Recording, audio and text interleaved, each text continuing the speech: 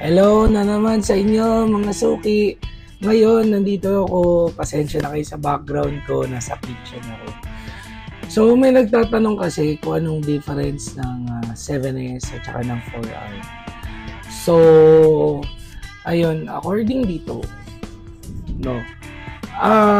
Ang 7S kasi isa na unang labas ng movement ni Seiko. Mas nauna siya kay 4R kasi recent lang naman si 4R. So, si 7S, explain ko lang, is pure automatic lang siya. Wala siyang hacking, hindi pa siya hand wind, no? Tapos si 4R is mostly nasa 41 hours ang reserve. So, para ko ipaintindi ko lang,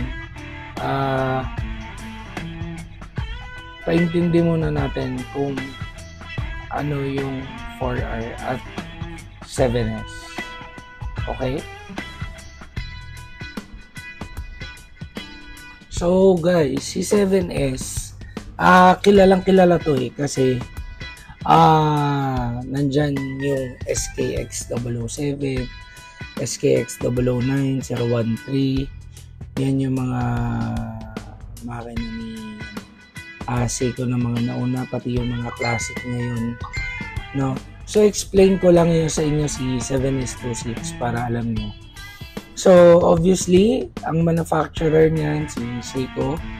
Then, caliber 7S26 automatic. And self-winding mechanical. Self-winding mechanical po, pag gumalaw kayo, doon po siya mag-self-wind. Okay, so i-clarify ko po, si 7S po ay hindi po depende sa pulso. Okay, kasi mostly ng mga customer namin sinasabi, depende sa pulso. Hindi po. So, may customer po kami na niregalo niya yung watch doon sa lolo niya. Ang problema, si lolo po ay bedridden na. So, unfortunately, hindi umaandar yung relo. Siyempre, nakahigalan. Akala nila true sa pulse. Pero hindi po. Self-winding siya. May rotor or may mechanical na umiikot sa may loob para kapag gumagalaw kayo, yun yung nakikita nyo kapag na umiikot dun sa may likod. Okay? So, si 7S po, paliwanag ko lang. Meron siyang diameter of 27.4 mm. May casing diameter siya ng 27 mm. Height niya, 4.9 mm thick. Meron din po siyang 21 jewels. Ang power reserve niya is 41 hours.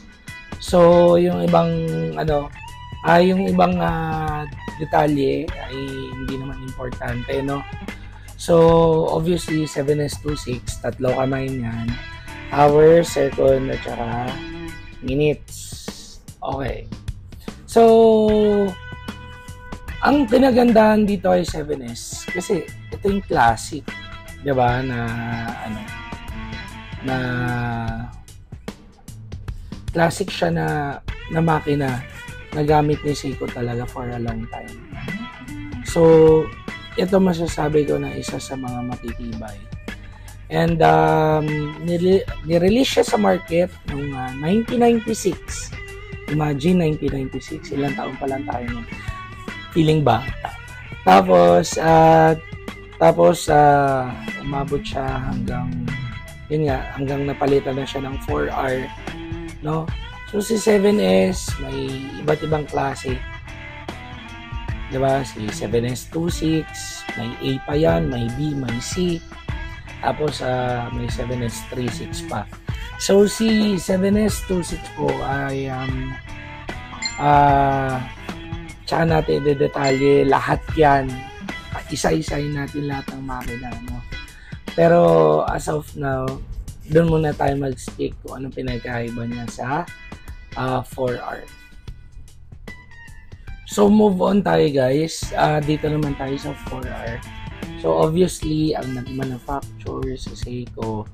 Tapos 4R, do maraming caliber yung 4R na yan, ha. Para lang malaman nyo, may 4R 35, 34, 36. So tatalakayin din natin yan. So meron siyang diameter ng 27.4 mm and meron siyang 40 to 50 hours depending kung anong klaseng caliber siya. At syempre manufactured siya sa Japan daw. Kasi actually guys, ipaliwanag ko lang din sa inyo ang manufacturing. Pag ang nakalagay dyan, for example, Swiss watches. Kapag for example, hindi na ako magbigay ng brand, pero for example, si Seiko, pag sinabi niyang made in Japan, hindi naman actually 100% made in Japan. May lalagay mo lang na made in Japan kapag ka 60% above is minamanufacture sa Japan.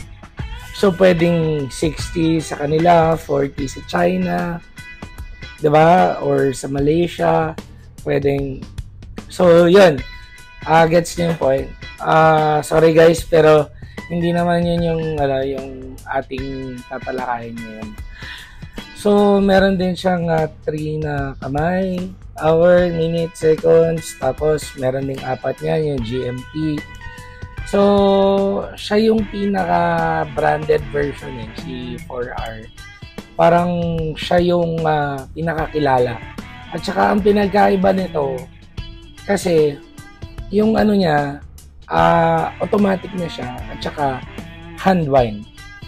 Pag sinabing hand wind, yung nasususian. Okay? So, pag nasususian at saka automatic, dalawa na, diba?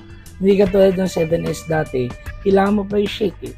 Kailangan mo pang pagalawin, tsaka pala nga andar. So, yun yung difference ng 4R at saka ng at saka ng 7S. So, sana po ay natulungan ko kayo at sana po ay nasagot yung tanong nyo. Next naman, mag-topic tayo ng mga regarding sa mga iba't ibang caliber ng Seiko watches po. And if meron po kayong questions, kindly put it in a comment. Itatry ko pong sagutin yan, and I'll do my best para masagot kayo. And if there's any yung comments and questions, write down nyo lang po. I'll do my best na masagot lahat, and iisa-isahin po natin. Ni-start ko lang dito sa question sa akin kung anong pinagkaiba ng 7S at saka ng 4R. So, ang conclusion po natin dyan is si 7S, ito po, honest lang to. Si 7S, automatic lang siya. Ganon. Si 4R, automatic, tsaka hand wind. So, yun lang. Actually, yung pinagkaiba. Pero, syempre, may difference pa rin yan. Though, parehas naman sila sa hours. Actually, yung hours na yan, depende sa caliber. At saka, depende kung puno. Kasi may mga customer ako, Bosay, bakit ganito? Wala pang 24 hours, wala pang 36 hours, wala pang depende po 'yan kasi kailangan puno po yung reserve. Kaya po may spring yan na nag-iipon ng power. So para umandar yung buong, actually mechanical 'yan. So i-discuss din natin 'yan, no? Pero yun nga, kailangan puno. Siyempre, paano kung hindi nyo naman masyado sinuot, hindi naman masyadong gumalaw yung watch? Tapos, di ba? Tapos, ire-reklamo nyo sa amin na gano'n. So, ito akin lang po. I think it's better. Mapuno muna yung i-unwind nyo pag mga 4R. Or pag 7S, kailangan mo talagang gamitin. Pero, di ba? Yun yung nakalagay eh. So, yun yung naka-broadcast. So, I guess, you have to follow the rules. Yun talaga yun. So, guys, thank you po and sana po ay kasagot ko po yung question nyo and pa-like po, pa-follow, pa-subscribe, lahat na at I'll do my best po na masagot yung mga questions nyo. Thank you so much po.